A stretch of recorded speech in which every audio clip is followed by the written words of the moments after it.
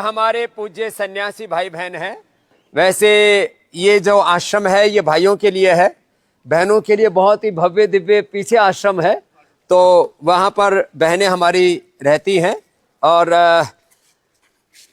एक बात, कोई संस्था हो, कोई संगठन हो, कोई समाज हो या राष्ट्र हो, तो अंग्रेजी में पूछते हैं हु इज द सक्सेसर, इनका उत्तराधिकारी कौन है। वैसे तो हम कहते हैं हम सब ऋषियों के उत्तराधिकारी हैं। क्या बोलते हैं? हम सब ऋषि ऋषिकाओं के उत्तराधिकारी हैं। हम सब ऋषि ऋषिकाओं के उत्तराधिकारी हैं और उन्हीं पूर्वजों की पावनी परंपरा को, वेद परंपरा, सनातन परंपरा को आगे बढ़ाने के लिए हम प्रतिबद्ध हैं, संकल्पित हैं। कुछ सन्यासी भाई बहन यहां भी नहीं भी हैं, जो अलग अलग सेवा के उत्तरदायित्व में जिनको नियुक्त किया हुआ है।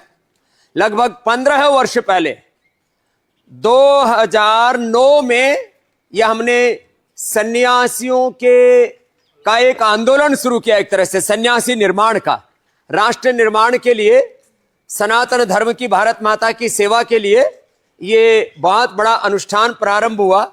कुछ बच्चे इसमें बीए एमए आदि करके आए थे, कुछ देश में, कुछ हमारे जो है पूज्य स्वामी जी, हमारे आत्मदेव जी की तरह ऑस्ट्रेलिया आदि विदेश में पढ़ करके आए थे, और बाकी यहां पर पढ़ लिख करके अब तैयार हो गए हैं भारत माता की सेवा के लिए।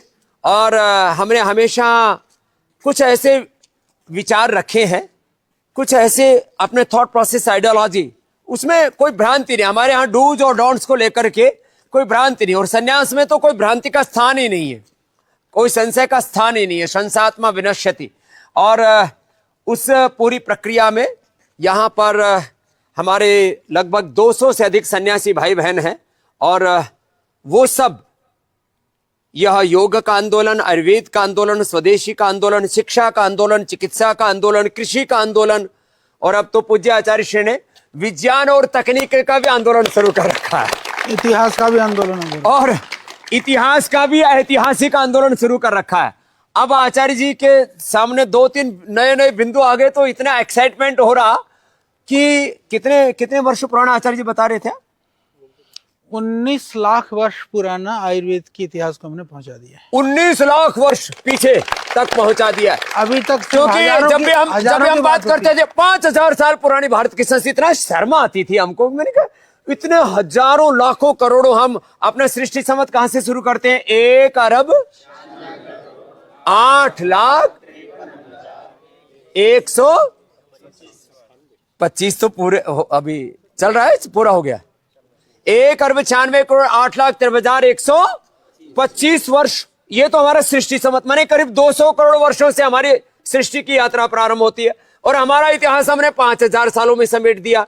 तो पूज्य आचार्य जी ने उसको कितने वर्ष पुराना पहुंचा दिया? 19 लाख तो हमारे पास एविडेंस है। 19 लाख के तो एविडेंस ले लिए लोग, आर्कियोलॉजिकल एविडेंस। और एक तो भी नया एविडेंस मिला, वो क्या आचार्य जी, जरा वो भी रहस्य उद्घाटन कर दो। क्या माला मिली? नहीं, जो बीट्स मिलते हैं, बीट्स जो मंडके होते हैं ना, माला के मणके, तो वो पत्थरों के जो बने हुए हैं, वो कार्बन डेटिंग होती है, उनको कहते हैं उस कार्बन डेटिंग। कार्बन डेटिंग से 90,000 वर्ष पुराना, 90,000 वर्ष पुरानी माला खोज लिया आचार्य जी ने। तो खोज माला गांव में नहीं मिला। नहीं, वो माला में उसमें जो इंटरेस्टिंग है वो सब स्वीकार करते हैं, जितने भी जो आर्कोलॉजिकल सर्वे वाले हैं, जो उसकी कार्बन डेटिंग होती है, ये सब लोग मानते हैं कि वो 90,000 वर्ष पुरानी है। पर उसमें जो इंटरेस्टिंग बात क्या है कि इतिहासकार ही जो जैसे कहते हैं ना, पाषाण युग, लोह युग, ताम्र युग, जो युगों की गणना करते हैं, ये भी एक बहुत बड़ी बकवास, बहुत बड़ा झूठ चलता है। उसमें क्या पाषाण युग, महाराज, उसमें लगभग 10-11 हजार साल से पहले वो युग, पाषाण युग भी 15-20 हजार साल तक जाते हैं। जब 80-90 हजार साल पहले जो माला के मणके बने, वो मणके न तो पत्थरों जैसे, हाँ, उसके इससे भी छोटे, हाँ, पत्थरों के अच्छे डिजाइन है। ये तो रुद्राक्ष है, वो तुम्हारी पत्थरों की मणके, इससे भी छोटे माला मणके, और उसमें छिद्र कैसे हो जाएगा? और डिजाइनदार है, पत्थरों से ना तो छेद हो सकता, ना डिजाइन बन सकता। तो क्योंकि धातु की भी एक आयु होती है, जितने भी धातु हैं, चाहे लोहा, चांदी आदि, तो वो धातु उस टाइम पर जिन धातुओं का प्रयोग किया होगा, तो वो उसमें नहीं मिलेगा, खदान पे नहीं मिलेगा, मतलब खदान से मतलब बाहर कहीं मिलेगा नहीं सुरक्षित, क्योंकि उनकी जो बाहर मिलता है वो 12-15 हजार साल तक का मिलता है। तो 15 हजार साल मिलने से लोग ऐसा मानते हैं कि 12,000-13,000 साल पहले धातुओं का युग शुरू होता है। पर जो धातु का जो काम किया गया है, क्योंकि पत्थर को गलना नहीं था, तो पत्थर के अंदर जो डिजाइन किया गया है वो धातु के बिना संभव नहीं था।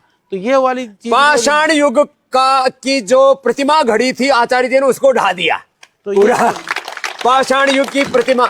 और वो हम तो सतयुग, द्वापर, त्रेता और कलयुग ये तो क्षण का काल मानते हैं। वो कहते हैं हम शुरू हुए शून्य से, हम कहते हैं हम शुरू हुए शिखर से, ये तो पतन का काल देख रहे हैं हम। तो आचार्य जी ने ये जो प्रतिमान घड़े गए हैं ना, इसके पीछे भी कि मनुष्य का निर्माण कहां से हुआ। एक छोटा सा किसी ने एक वीडियो भेजा, बोले जी वो जो है टीचर बता रहे थे कि हम तो बंदर की औलाद हैं, मम्मी मैं स्कूल में पढ़ने नहीं जाऊंगा, हम बंदर की थोड़े, हम तो आपकी औलाद हैं। तो हमको बंदरों की औलाद बताते, बताओ ऐसे बच्चों को दिमाग में भी ना उतरे वो सिखाते।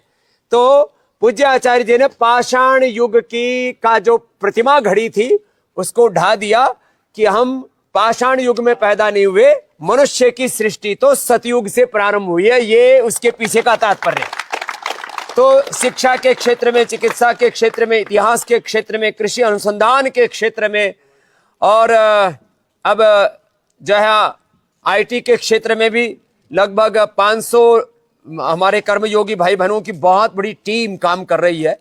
तो पतंजलि की सेवा के, संघर्ष के, समर्पण के और ये सनातन की यात्रा के हमारे गौरवशाली 30 वर्ष पूर्ण होने पर पूरी दुनिया को हमने अच्छे सन्यासियों की भी भेंट दी है। तो आप सबको बहुत बहुत अभिनंदन है। और जो है ये अनुष्ठान ऐसे ही चलता रहेगा। ये तो हम थोड़ा थोड़ा परिचय दे रहे हैं। आज से 20 साल पहले हमसे लोग पूछते थे पूज्य आचार्य जी के बाद और आपके बाद कौन। मैंने कहा अभी तो हम ही हैं, हम कौन से बुढ़े हो गए। बोले नहीं, आपके बाद कौन। तो ये बात शुरू हो जाती है 25 साल के बाद ही। जब आप 25 साल के बाद होते तो आपके बाद को संसार की रीति है। और अब सारी दुनिया में एक बात कही जाती है कि जितने विद्वान सन्यासी, जितनी विदुषी सन्यासिनी पतंजलि में है, वैसा संयोग भी शायद दुर्लभ है। हम किसी के साथ तुलना तो नहीं कर रहे हैं, लेकिन यह भी एक बहुत बड़ी बात है कि वेदानुकूल परंपरा से, वेद शास्त्रों की शिक्षा दीक्षा से दीक्षित और अपने उस सनातन परंपरा में पूरी तरह प्रतिष्ठित सन्यास का अधिष्ठान भी पतंजलि योगपीठ संस्थान में है। और मैंने कहा वो संस्था, वो संगठन, वो समाज, वो राष्ट्र और वो संस्कृति सुरक्षित रहती है जिसकी आने वाली पीढ़ियों की भी तैयारी की जाती है। तो लोग अपने कुलवंश को चलाने के लिए 1-2 बच्चे तैयार करते हैं, या ऋषि ऋषिकाओं के वंश को आगे बढ़ाने के लिए सहस्रों, सैकड़ों तो तैयार हो गए। आगे लगता है ये श्रृंखला सहस्रों में पहुंचेगी। तो इसके लिए हमने आपको थोड़ा सा इस संदर्भ में बताया, क्योंकि बहुत से लोगों के मन में बहुत प्रकार के प्रश्न उठते रहते हैं। ये कोई किसी के शंका के समाधान के लिए नहीं है। समस्या समाधान तो दुनिया में अपने आप ही होता रहता है। हम अपने कार्य पर, हम अपनी सेवा पर, अपने स्वधर्म पर बस आगे बढ़ते रहें। तो ऐसे ही ये पतंजलि संन्यास आश्रम। और एक बात इसमें थोड़ी सी जोड़ देता हूं, जब हमारे पास में संन्यास आश्रम नहीं था, हमारा संन्यास आश्रम बाद में बना, सन्यासी पहले तैयार हो गए। ये भी एक बात है। गुरुकुल बाद में तैयार हो गया हुआ, विद्यार्थी पहले आ गए। ये भी एक बात है। और योग भवन बाद में तैयार हुआ, योग पीठ बाद में तैयार हुई, योग पहले छा गया पूरी दुनिया में। आयुर्वेद का ये जो पूरा आज इतना बड़ा साम्राज्य पूरी दुनिया में चल रहा है, भवन बाद में, संकल्प पहले। तो ये सारी प्रक्रिया, विश्वविद्यालय बाद में बना, विद्यार्थी पहले आ गए। औषधालय बाद में तैयार हुआ, रोगी पहले आ गए। माने लोगों को भरोसा नहीं होता कि ऐसे भी काम होता है दुनिया में। और आज पूरी दुनिया के लिए एक प्रेरणा है, और खास करके सनातन धर्म में जो विश्वास रखते हैं उनके लिए पतंजलि योगपीठ और पतंजलि योगपीठ के सन्यासी एक बहुत बड़ी आशा और विश्वास है कि हमारा सनातन सुरक्षित है। ऐसी भाव चेतना के साथ आपको तैयार करें। बस एक बात मैं कहूंगा, फिर पूज्य आचार्य जी कुछ कहेंगे तो उसके बाद हम आगे बढ़ेंगे। हम पतंजलि की 30 वर्षों की यात्रा का थोड़ा थोड़ा दर्शन करा रहे थे। एक है सनातन के बारे में बात करना, सनातन धर्म महान है, वो तो महान है ही, हम ईश्वर महान है, और तो है ही। एक कुछ लोग हैं, वो अच्छी बात है, सनातन धर्म की महानता की बात करना भी कोई बुरी बात नहीं। सनातन धर्म महान है, सत्य सनातन वैदिक धर्म की जय, हम भी बोलते हैं। एक है सनातन का नाम, प्रचार प्रसार और उसके मूल्य सिद्धांतों आदर्शों की बात करना। एक है सनातन धर्म का काम, जो सनातन धर्म का विविध आयामों के साथ, विविध सेवा प्रकल्पों के साथ समाज निर्माण के, राष्ट्र निर्माण के, चरित्र निर्माण के, जीवन निर्माण के सारे सनातन के समस्त पहलुओं को लेकर के जो सनातन धर्म का काम पतंजलि में हो रहा है, उससे पूरे देश में आनंद और उत्साह। सनातन धर्म का नाम, और क्या बोला, सनातन धर्म का काम, उसको धरती पर उतारना। वेद पुस्तक में है, उसको जीवन में उतारना, यह बड़ा काम है। और इसलिए हम हर रोज इस बात को कहते हैं, और वेद भी कह रहा है, यस्मिन् ऋचा सामयुंसी यस्मिन् प्रतिष्ठिता रथना भाव विवाराः यस्मिन् चित्तम सर्वमूतम प्रजानाम तन्मे मनः शिव संकल्पमस्तु।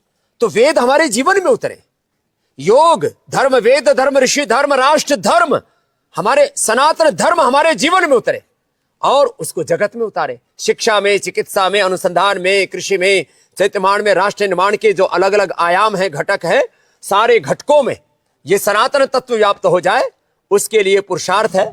और उसके उस पुरुषार्थ के पर्याय